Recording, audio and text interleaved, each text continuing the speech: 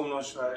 मित्रों, सुंदर दृष्टांत मेरे पढ़ने में आया महर्षि जगदम्नि, जो जमदग्नि जो ऋषि थे, वो परशुराम जी के जो पिताजी थे, इनका सुंदर दृष्टांत आया मैं आपको सुनाना चाहता हूँ। विश्वामित्र जी के जो पिता थे उनका नाम गादी था। बड़े ही धर्मात्मा राजा थे जो गादी थे, और उनके सत्यवती नाम की एक सुंदर कन्या थी। कन्या जब विवाह योग्य हुई तो महर्षि ऋचिक महाराज गादी के पास गए और ऋचिक ने कहा, राजा अपनी जो कन्या है और सत्यवती, उसका जो विवाह है मेरे साथ कर दीजिए। तो जो राजा गादी थे, अरण्यवासी वृद्ध ऋषि को देखकर राजा दुखी हुए। अपनी प्यारी सी कन्या इस वृद्ध ऋषि को हम कैसे दे दें, वो अगर नहीं दी तो ये ऋषि श्राप दे देगा और सब कुछ नष्ट हो जाएगा। अतः उन्होंने कहा, भगवान, हमारे जो वंश में एक ऐसी प्रथा है कि हमें 1000 घोड़े चाहिए जिनका एक कान काला हो। तो ऋचिक जो मुनि थे वो समझ गए, तो उन्होंने कहा कि ठीक है।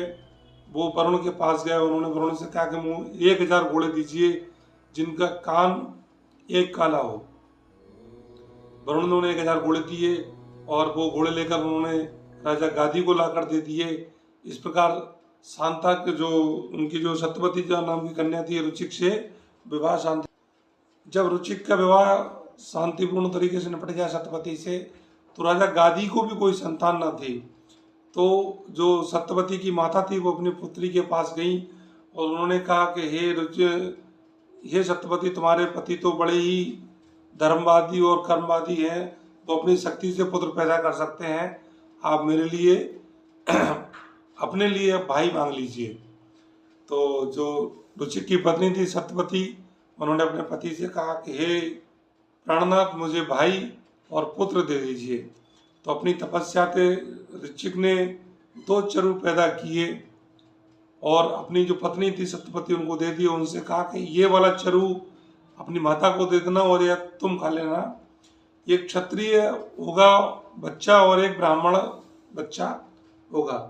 तो माता जो थी इनकी सत्यवती की, वो थोड़ा सा लोभ में आ गई और उन्होंने अपने जो बच्ची का जो चरु था वो खा लिया। ऋचिक को तपस्या द्वारा पता चल गया कि माता जी ने बेईमानी कर ली। जब खा लिया तो उन्होंने बताया अपनी पत्नी को कि तुम्हारी माता ने जो चरु बदल दिया, तुमको जो पुत्र होगा वो क्षत्रिय होगा और माता को जो पुत्र होगा वो ब्राह्मण होकर क्षत्रिय होकर ब्राह्मण होगा। तो जो